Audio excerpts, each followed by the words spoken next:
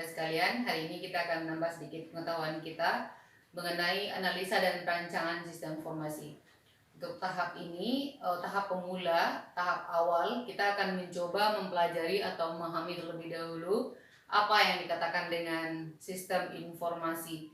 Di mana yang akan kita kaji pertama sekali adalah apa yang dikatakan dengan sistem, kemudian apa yang dikatakan dengan informasi, dan apa yang dikatakan dengan sistem informasi. Oke, baiklah saudara sekalian. Untuk yang pertama sekali kita akan bahas mengenai sistem. Sistem, kalau kita kaji, dia merupakan sebuah kumpulan elemen-elemen yang saling berkaitan satu sama lain untuk mencapai satu tujuan. Nah, salah satu contoh sistem yang ada di lingkungan kita yang terjadi saat sekarang ini adalah sistem pembelajaran contohnya. Sistem pembelajaran itu ada elemen-elemen yang terkait satu sama lain di sana. Apa elemen-elemennya? Ada mahasiswa, ada dosen, ada proyektor, dan lain-lain yang terhubung satu sama lain untuk mencapai satu tujuan, yaitu menghasilkan sebuah informasi. Nah, tadi kita sudah membahas sistem itu apa. Sekarang kita membahas apa yang dikatakan dengan informasi. Informasi merupakan sebuah data yang sudah diolah menjadi bentuk yang mempunyai arti bagi si penerima dan bermanfaat dalam pengambilan keputusan, baik keputusan saat ini ataupun di masa yang akan datang. Kita sudah mengkaji tadi apa yang dikatakan dengan sistem, apa yang dikatakan dengan informasi. Nah, sekarang kita akan bahas apa yang dikatakan dengan sistem informasi. Sistem informasi itu merupakan kombinasi dari teknologi informasi dan aktivitas orang yang menggunakan teknologi itu untuk mendukung operasi dan manajemen. Nah, dalam arti yang sangat luas, istilah sistem informasi yang sering digunakan juga merujuk kepada interaksi orang, proses algoritmik, data, dan teknologi.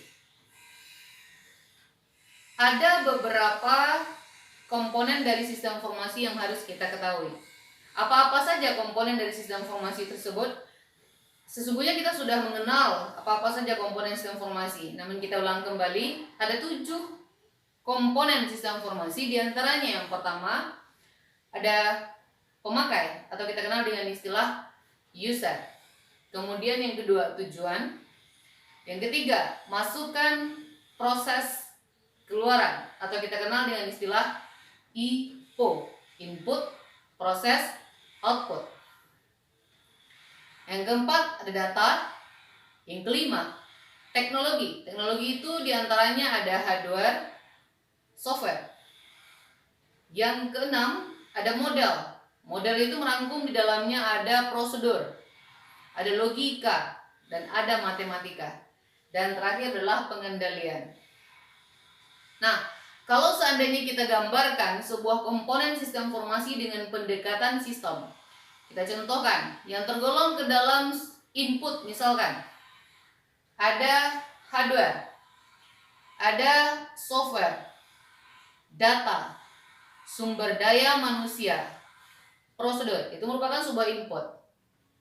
Kemudian yang tergolong ke dalam proses, ada pencatatan, ada verifikasi, ada klasifikasi, ada penyusunan, peringkasan, kalkulasi, penyimpanan, pengambilan, pelaporan, dan penyebaran. Lalu apa yang menjadi output?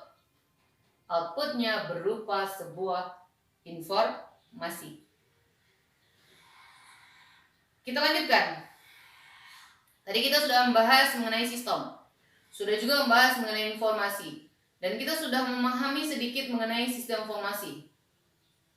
Dalam sebuah sistem informasi itu kita membutuhkan seorang analisator atau orang yang akan menganalisa sebuah sistem. Nah, kita harus paham dahulu analisis sistem itu apa. Mungkin di antara saudara sudah ada yang tahu. Analisis sistem merupakan sebuah teknik pemecahan masalah yang menguraikan bagian-bagian komponen dengan mempelajari seberapa bagus bagian-bagian komponen tersebut bekerja dan berinteraksi untuk mencapai tujuan mereka. Beberapa ahli juga berpendapat bahwa analis sistem yang pertama merupakan kemampuan untuk menganalisa sebuah sistem. Yang kedua, pengetahuan tentang aplikasi komputer yang digunakan untuk memecahkan masalah-masalah bisnis dan lainnya. Yang ketiga, kemampuan untuk memilih alternatif pemecahan masalah yang tepat. Yang keempat, kemampuan untuk merencanakan dan menerapkan rancangan sistemnya sesuai dengan permasalahan yang terjadi. Itu menurut para ahli. Kita lanjutkan.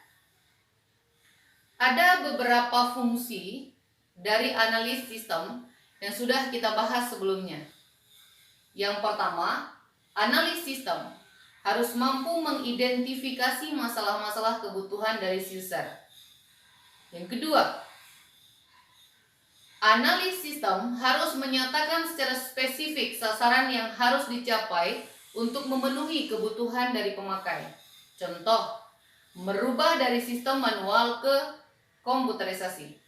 Dari yang sebelumnya bersifat tradisional mungkin diarahkan kepada hal-hal yang berhubungan dengan komputer. Kemudian yang ketiga, memilih alternatif pemecahan masalah yang tepat. Terakhir, merencanakan dan menerapkan rancangan sistemnya. Itulah fungsi dari analis sistem. Di antara kita mungkin ada yang bertanya atau ada yang berpikir, apakah perbedaan antara programmer dan analis sistem? Ada beberapa perbedaan antara programmer dan analis sistem. Yang pertama, programmer dia bertanggung jawab terhadap program yang dia ciptakan. Hanya sebatas program saja, pembuatan program saja. Itu kerja programmer.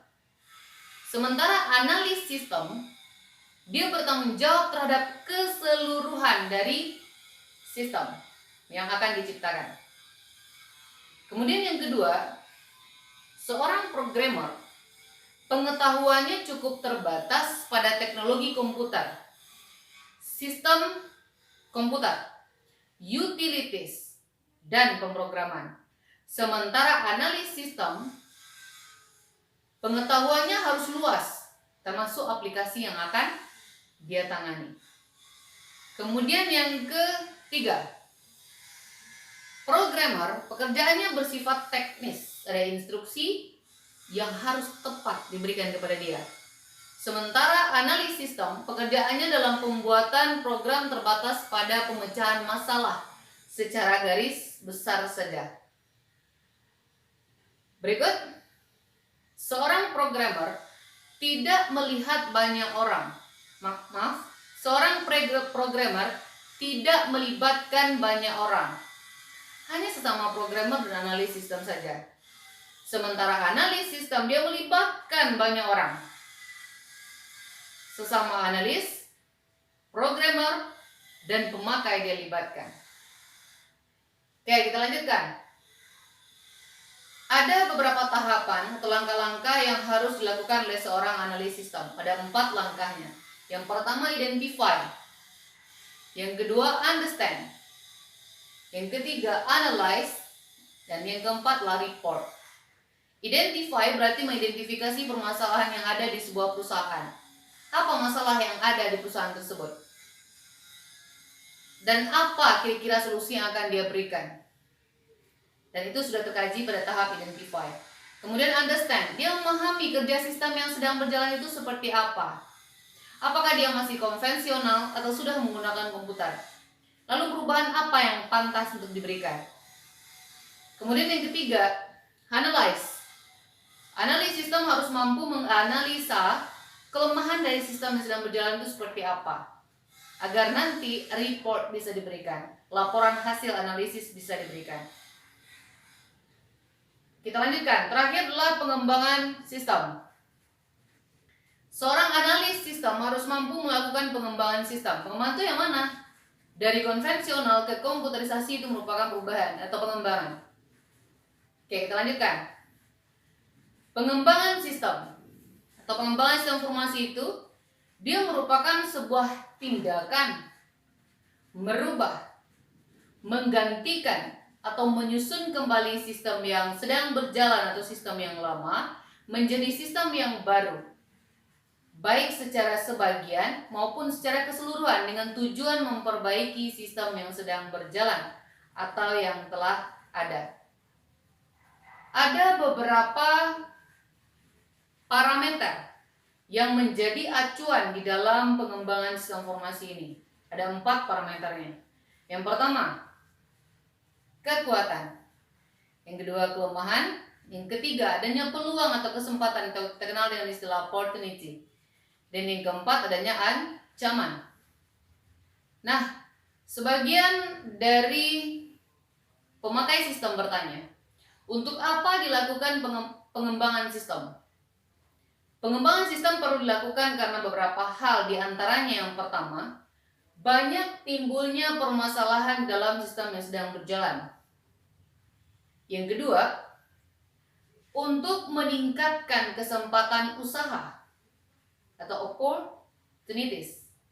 Yang ketiga, adanya instruksi secara langsung dari pihak perusahaan atau kita kenal dengan istilah directive. Oke, untuk hari ini sekian informasi dari saya, sekian untuk pembelajaran hari ini.